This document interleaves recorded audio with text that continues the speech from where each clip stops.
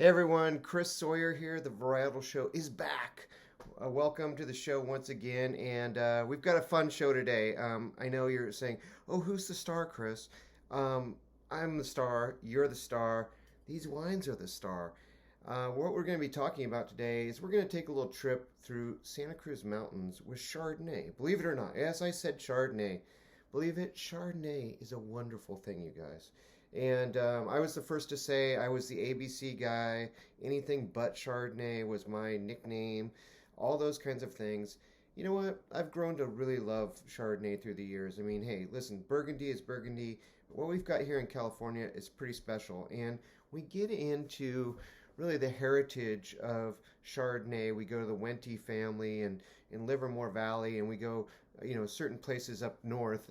But I also think all the time about Santa Cruz Mountains, and this is one of the great ones, Domaine Eden, a Mount Eden winery. It's a special place, and right now I'm at the Saratoga Oak Hotel. It's the lodge here, and we just had an amazing tasting today. So instead of one friend, I brought a bunch of friends. So we're going to talk about different little vineyards where these grapes come from. And I'm going to give you a little tour of Santa Cruz in general. So before we get into this, let me just show you a little map here of Santa Cruz. It's not little, it's actually quite big. So here we've got the Pacific Ocean over here, and right up north is the San Francisco Bay Area. And so it's a really important place up here, San Francisco, but there's not many grapes growing in San Francisco. If you've ever been there, you know why. It's not very sunny all the time. However, once we get down here to the coastal region, things change a lot. And so this first winery that we're talking about here is right in this zone right here, which is just above where we're at here in Saratoga. And it's a fun little zone. You can get here from the Bay Area very quickly, if the traffic's good, of course. But it's an important place to come and visit just for so many reasons. I mean, the coastal range here is so fantastic. And, in the morning, I'm going to go up to Castle Rock, which is right there. It's just an amazing exploration there of rocks jutting out. And as we know, the San Andreas Fault kind of comes right through the middle here. And we've got a lot of things going on here as far as, history and also just different sites that are so special. So, like I said, Domaine Eden is part of Mount Eden Winery, and this is a very special little block right here. I tasted this earlier today. For all of you that know wineries that are on this side, you're also looking at basically right over here is Silicon Valley. This is Silicon Valley right over here. And if you're looking this way, this is the steep top of the hill right here. And to be really honest, this is getting all the wind, everything, and the late afternoon sun here. This gets all the warm air. So when you grow Chardonnay on this side, you either really have to be in a special place, or you have to be up on the ridge. So we're going to talk about another one that's up on top of the ridge in a minute. But speaking of which, one winery that I think we all know this area for is called Ridge. Go figure. So Ridge Winery is also very close to this little zone right in here too, just above Cupertino, and then here's Saratoga right here. But this is the zone where we're talking about Domaine Eden and Mount Eden. And so tasting this wine today was really great. So tasting two different styles of wine from Ridge Winery was fantastic. I'm not going to say no to that. But, I got to do this today with a group of cool people, Wilfred Wong being one of them. I also had Peter Marks and Martin Reyes, two masters of wine that were with us. Other great writers were there. We really got to go through this, and I felt like, sharing it with you is something special because, when I think about coming up here, the first thing I think about is forest, of course, because that's what's really up here. And these sites are so special when you get to them. And this one really kind of blew me away because it was before the Ridge ones. And this is just a classic winery. Really pretty on the nose, very floral, a lot of lemon notes in it. And it's funny because I looked on my notes today, and they kind of matched up exactly with what the winery said. And one of the parts that I love about it, and their description and my description matched up with my almond paste and marzipan. That's right, you heard it, marzipan. One of my favorite dessert items of all times. But it's not sweet, it's just filled with flavors. And so this is a really interesting style of wine, and I really thought it was great to kind of share this with you. Mm. Mm-mm-mm. Boy, that's mouth-filling and wonderful. So, great starter there. 14% alcohol, and I think that's another thing about this area is the grapes have perfect timing to really age well up there, and they get picked when they're ripe, but they also have great acidity, and I feel like that's a trademark we really found today. We also didn't find too much oaky kinds of Chardonnays. I mean, that's something like we've got a few that we could think of, Rombauer being one, and some others that are pretty darn oaky. You know, you can only pair so many different types of food with that. I mean, it's just not really what we're paying the money for. I'm paying for really high quality fruit. In what I want in a wine, I don't want to pay for the oak barrels for the wineries. I want them to make great wines that really showcase a sense of place and where are they at. And so this Mount Eden is fantastic. So Santa Cruz Mountains is the appellation here. And, you know, how I got so lucky to get these bottles, well, I was late today. Guess what? There was this thing called the Upside Down River that hit us up in Northern California, and it was really something. So driving here this morning was quite a challenge, and so I missed a little bit of these few wines here, except for this Domaine Eden, and I felt like it was a good thing to share them with you as we taste them together. But what a start here to this. Another winery that's really, you know, and I want to say all these wineries pretty much produce Pinot too, so we can get totally into a different jive on Pinot and why it's so great up here too.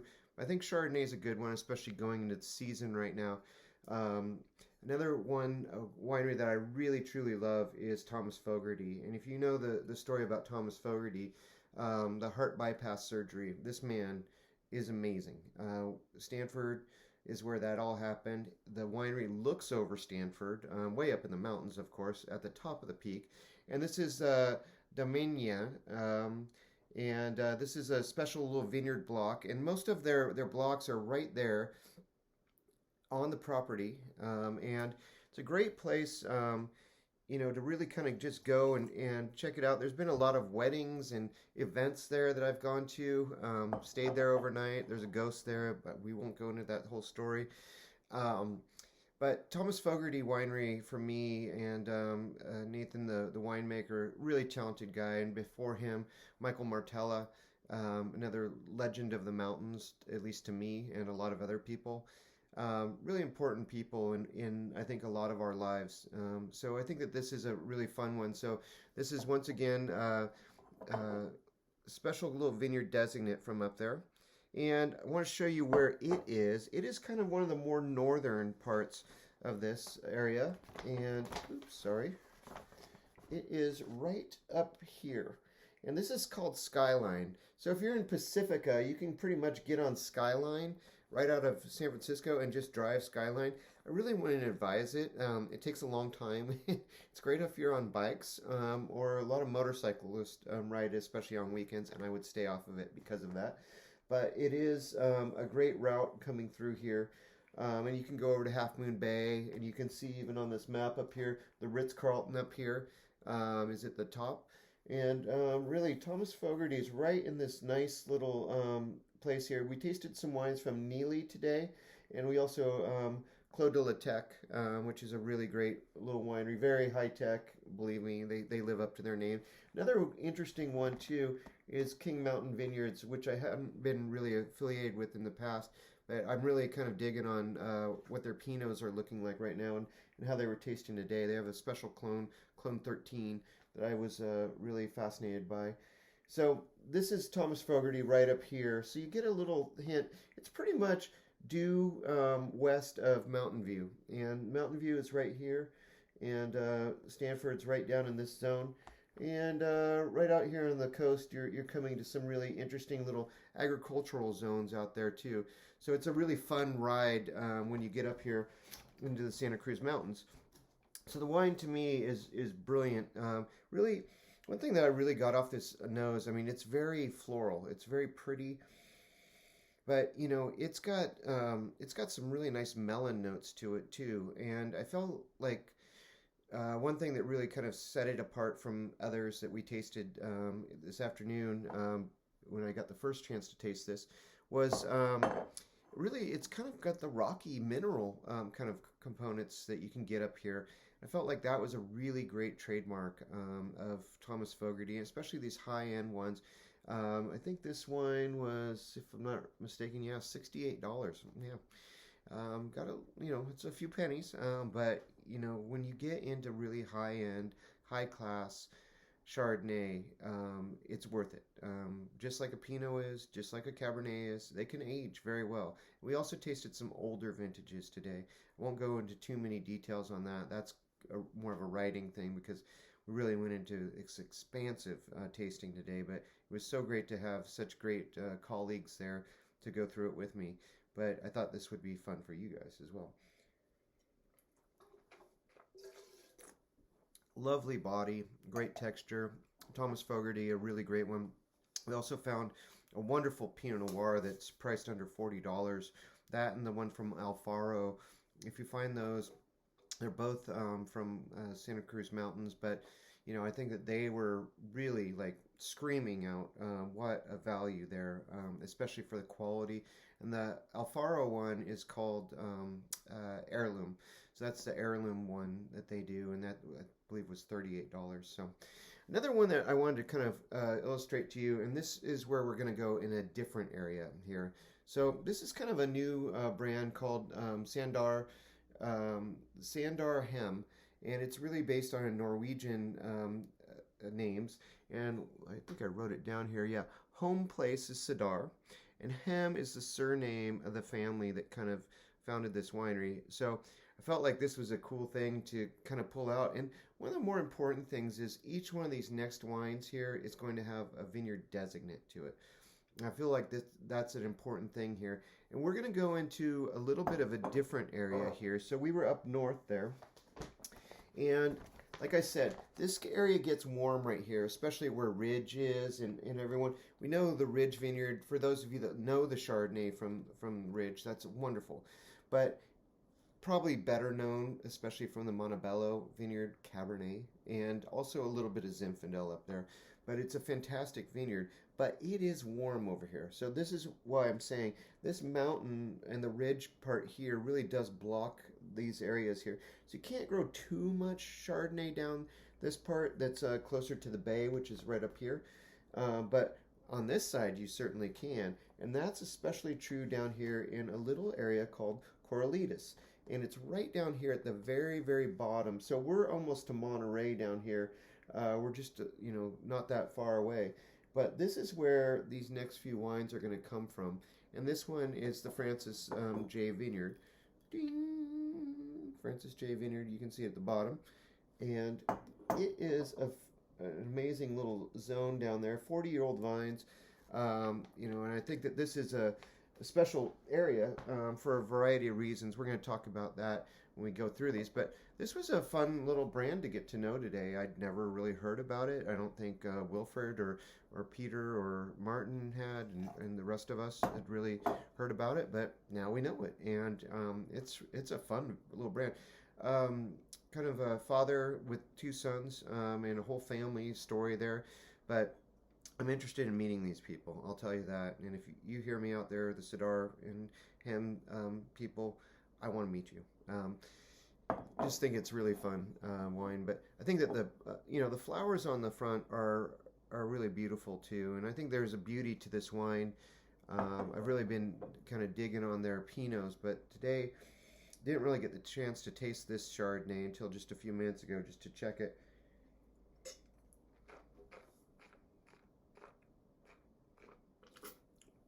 What I like about this is got the little sandstone kind of thing, even on the nose. But it's got this nice, there's some oak in here, but it's really beautiful with great luxury in the mouth, but snappy acidity on the finish. So you've got that pomelo. If you guys don't know what a pomelo is, it's lemon plus a grapefruit. It's this kind of crazy looking thing like this, but it's a cross of those two, and it really reminds me of that. Pretty tart, but still quite luscious and beautiful, especially as far as the texture is concerned. Beautiful, and I love the nose. I mean, it's got that fruity kind of nose, but citrus all over it, right through the middle of it. Lovely, lovely stuff. So that was a great one right there. Another one is Aptos.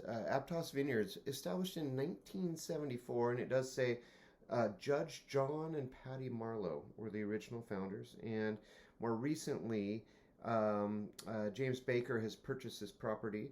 But this is really, kind of an older vine vineyard. And remember, these old vines really have stories to tell. Believe me, they've gone through a generation or two themselves, and especially these older Chardonnay vines. Chardonnay was not that popular before in 1985, to be really honest. The 80s is when it really came in. There was less than 10,000 acres of Chardonnay planted in California until 1980. And that changed. It is now the #1 grape grown in California. But up here in Corralitos is a very special area. From here, it would take probably, I don't want to say an hour, but depending on Highway 17, if any of you know Highway 17, a little dangerous sometimes. I like to go over actually the summit part and then drop down kind of into Aptos and into Corralitos. It's a nice little drive to drive it slow, please. It is very dangerous up there if you go around those turns the wrong way. So really nice nose on this too. I love the beauty of these wines and how they really kind of tell a story inside the glass. Older vines here and really pretty on the nose.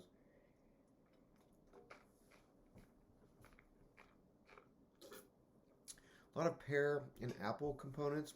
Funny that I would mention that because that area was known for the apple orchards. So it's not surprising that you get some really nice crisp apple character out of this, and you certainly do.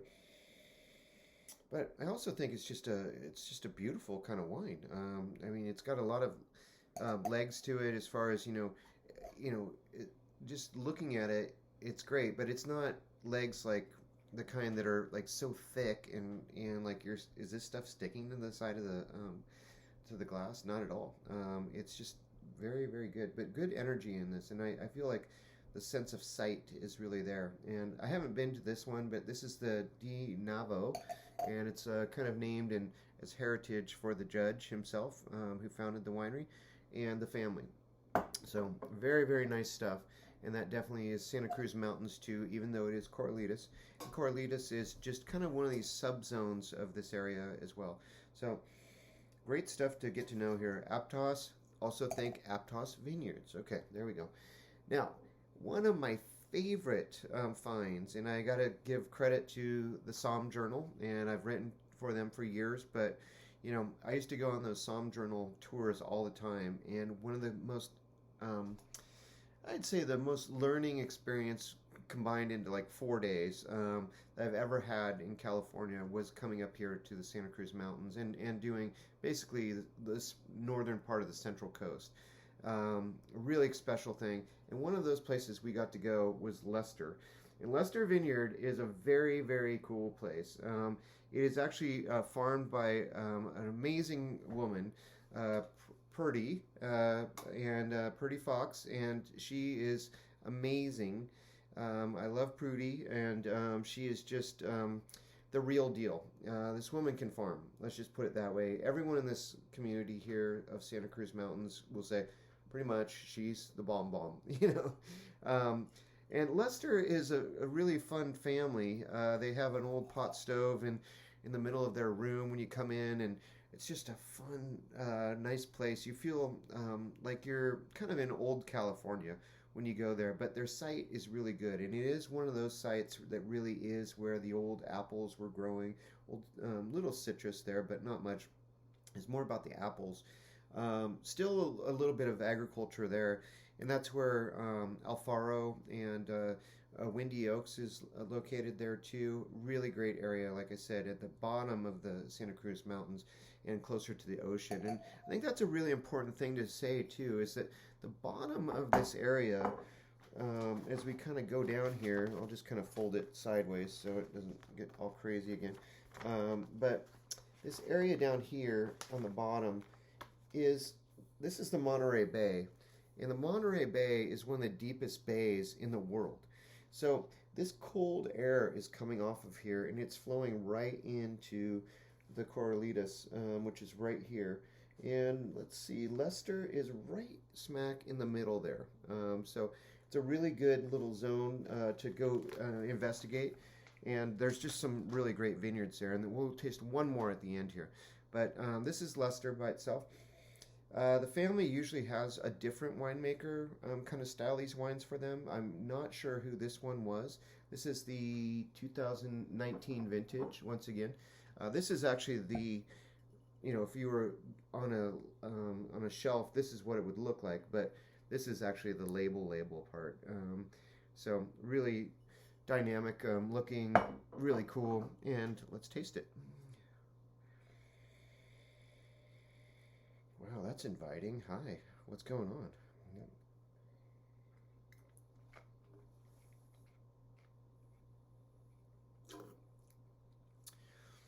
Really super elegant.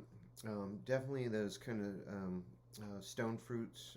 There's a little bit of almost nectarine peach kind of component in here. Definitely the apple, but it's going to be a little bit more of a tangy apple. There's a lot of Pink Lady and those kinds of things that are growing around here. Macintosh is common, but there's also some newer kinds of breeds that have been put in there that are really, especially the Pippins. I was talking to someone that's part of the wine industry today, but she knows everything about Pippins, and that's a big deal. So, especially down near Watsonville, which is just down below Corralitos.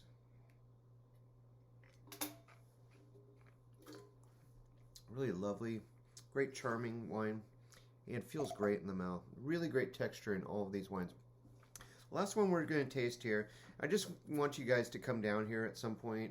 I've had a great time. I'd love to talk about the Pinots too, but we'll save that for another little trip.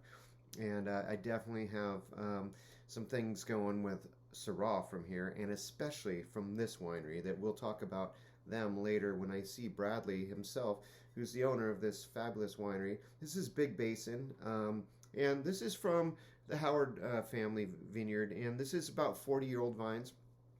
And this is also Purdy actually farms this too, and it's a fantastic vineyard, but it's just a stone's throw away from the Leicester Vineyard. So Big Basin, great name for a winery, of course, but it's also named after the Big Basin part, which kind of comes out just above us here in Saratoga is Big Basin. It was damaged by the last fires, definitely, and I know that Bradley and his family lost a little bit up there, and they were definitely in danger's way. It's an amazing place to go, and if you've ever seen these trees there, these redwoods, they survived the fire that was at the turn of last century, and some of them didn't make it through this time. I hope to go up there soon to see what survived, but I mean, these trees are tough, and bark safe trees, especially redwoods. But this is named after the area of Big Basin, and it is a state park and a national park, Big Basin. But this is fantastic stuff. So once again, the Howard farm here. This is a little bit more, there's some exotic things going on in here. There's definitely that coconut. There's some nutty characteristics, but it's beautiful.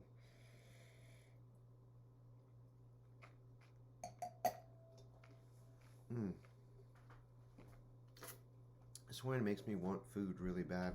I was thinking today about one of the great wines that we had, and I'd put this right there.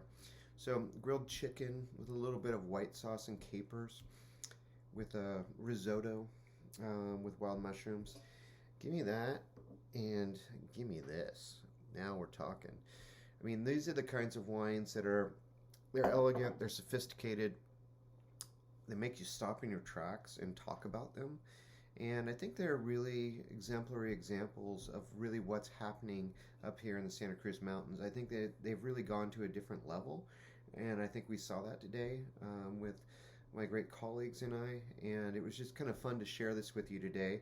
I wish we could have done our other show yesterday, but we couldn't because we had no electricity because of these crazy weather conditions. And I hope you guys are all staying warm this winter time and going into next year.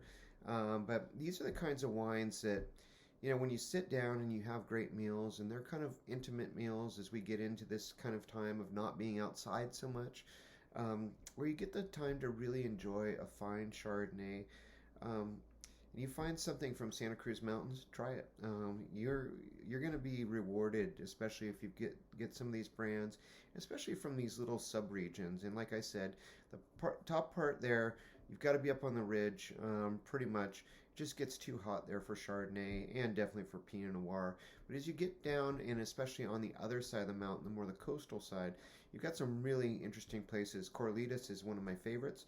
But this area up here, you know, near Thomas Fogarty and Domaine Eden, that are so close to the Bay Area. They're so easy to get to. And I hope you guys will travel there soon and come to Santa Cruz Mountains. I'm here. I'm having a great time. And I really appreciate you guys listening to our show once again. The Varietal Show will be back again next week, and I really enjoy talking to you guys about wine. I'm glad you got to meet my guest tonight, which are these wines from Santa Cruz Mountains. Cheers.